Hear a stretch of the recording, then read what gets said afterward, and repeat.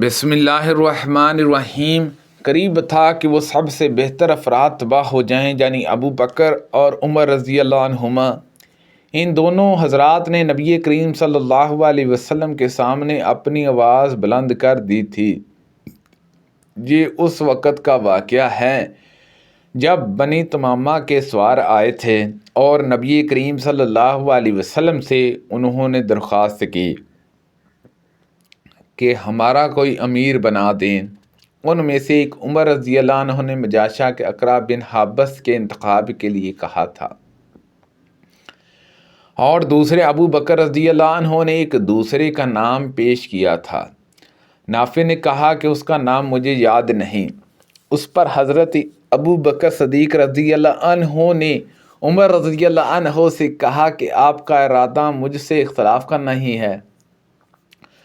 عمر رضی اللہ عنہ نے کہا کہ میرا ارادہ آپ سے اختلاف کرنا نہیں ہے۔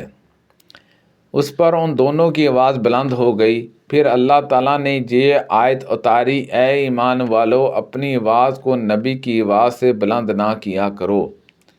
عبداللہ بن زبیر رضی اللہ عنہما نے بیان کیا کہ اس آیت کے نازل ہونے کے بعد عمر رضی اللہ عنہ نبی کریم صلی اللہ علیہ وسلم کے سامنے اتنی آہستہ آہستہ باتیں کرتے کہ آپ صاف سن بھی نہ سکتے تھے اور دوبارہ پوچھنا پڑتا تھا۔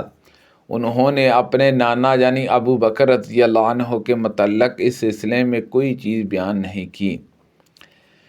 نبی کریم صلی اللہ علیہ وسلم نے ثابت بن قیس رضی اللہ عنہ کو نہیں پایا۔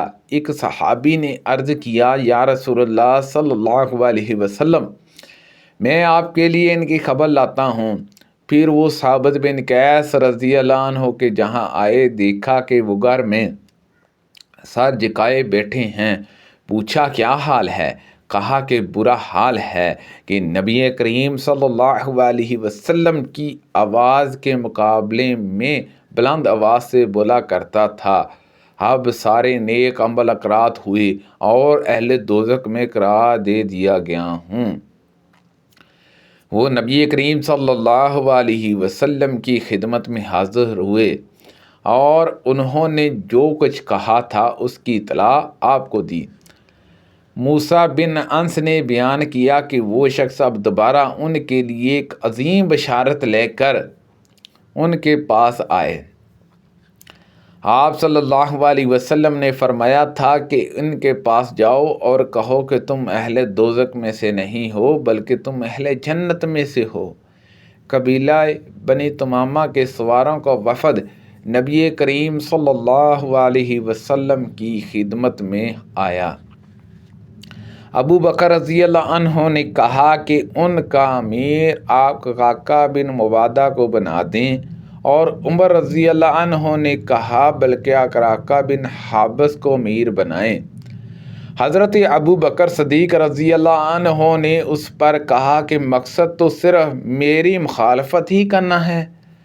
عمر رضی اللہ عنہ نے کہا کہ میں نے آپ کے خلاف کرنے کی غرض سے یہ نہیں کہا ہے۔ اس پر دونوں میں بحث چلی گئی اور آواز بھی بلند ہو گئی۔ اسی کے متعلق یہ آیت نازل ہوئی کہ اے ایمان والو، تم اللہ اور اس کے رسول صلی اللہ علیہ وسلم سے پہلے کسی کام میں جلدی مت کیا کرو، آخری آیت تک۔ نبی کریم صلی اللہ علیہ وسلم نے فرمایا کہ جہنم میں دوزخیوں کو ڈالا جائے گا اور وہ کہیں گی کہ کچھ اور بھی ہے، جہاں تک کہ اللہ رب العزت اپنا قدم اس پر رکھے گا اور وہ کہے گی کہ بس بس۔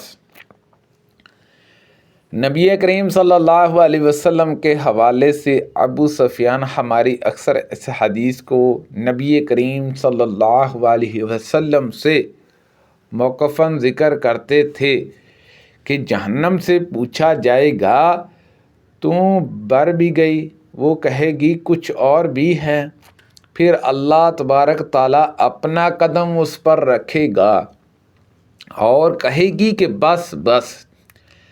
نبی کریم صلی اللہ علیہ وسلم نے فرمایا کہ جنت اور دوزخ نے بحث کی۔ دوزخ نے کہا میں متکبروں اور ظالموں کے لیے خاص کی گئی ہوں۔ جنت نے کہا مجھے کیا ہوا کہ میرے اندر صرف کمزور اور کم رتبے والے لوگ داخل ہوں گے۔ اللہ تعالیٰ نے اس پر جنت سے کہا کہ تو میری رحمت ہے اور تیرے ذریعے میں اپنے بندوں میں جس پر چاہوں رحم کروں۔ اور دوزخ سے کہا کہ تم عذاب ہے، تیرے ذریعے میں اپنے بندوں میں جس سے چاہوں عذاب دوں۔ جنت اور دوزخ دونوں بڑھیں گی۔ دوزخ تو اس وقت تک نہیں بڑھے گی جب تک اللہ رب العزت اپنا قدم اس پر نہیں رکھ دے گا۔ اس وقت تک وہ بولے گی کہ بس بس، اور اس وقت بڑھ جائے گی اور اس کا بعض حصہ بعض دوسرے حصے پر چڑھ جائے گا۔ اور اللہ تعالیٰ اپنے بندوں میں کسی پر ظلم نہیں کرے گا، اور جنت کے لیے اللہ تعالیٰ ایک مخلوق پیدا کرے گا، اور اپنے رب کی حمد و تسبیح کرتے رہیے سورج کے نکلنے سے پہلے اور اس کے چھپنے سے پہلے۔ ایک شخص نے بازار میں سامان بیچتے ہوئے قسم کھائی کہ فلاں شخص اس سامان کا اتنا روپے دے رہا تھا، حالانکہ کسی نے اتنی قیمت نہیں لگائی تھی، بلکہ اس کا مقصد یہ تھا کہ اس طرح کسی مسلمان کو وہ دھوکہ دے کر اس سے ٹھگ لے تو اس پر یہ آیت نازل ہوئی کہ بے شک جو لوگ اللہ کے عہد اور اپنی قسموں کو تھوڑی قیمت پر بیچتے ہیں۔ آخری آیت تک۔ دو عورتیں کسی گھر یا حجرے میں بیٹھ کر موزے بنایا کرتی تھیں۔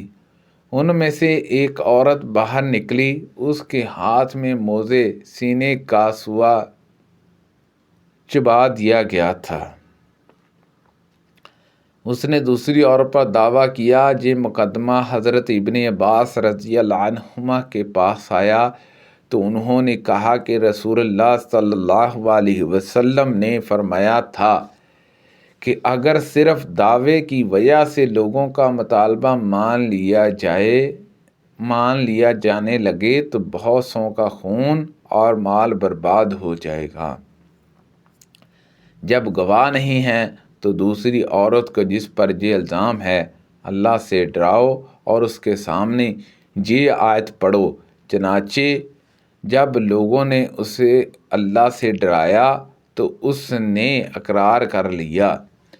حضرت ابن عباس رضی اللہ عنہما نے کہا کہ نبی کریم صلی اللہ علیہ وسلم نے فرمایا ہے قسم مدعی علیہ پر ہے، اگر وہ جھوٹی قسم کھا کر کسی کا مال ہڑپ کرے گا تو اس کو اس وعید کا مصدق قرار دیا جائے گا جو آیت میں بیان کی گئی ہے۔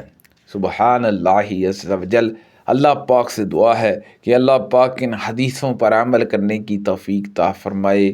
کو پڑھنے میں غلطی کوتاہی ہو گئی ہو تو اللہ پاک معاف فرمائے۔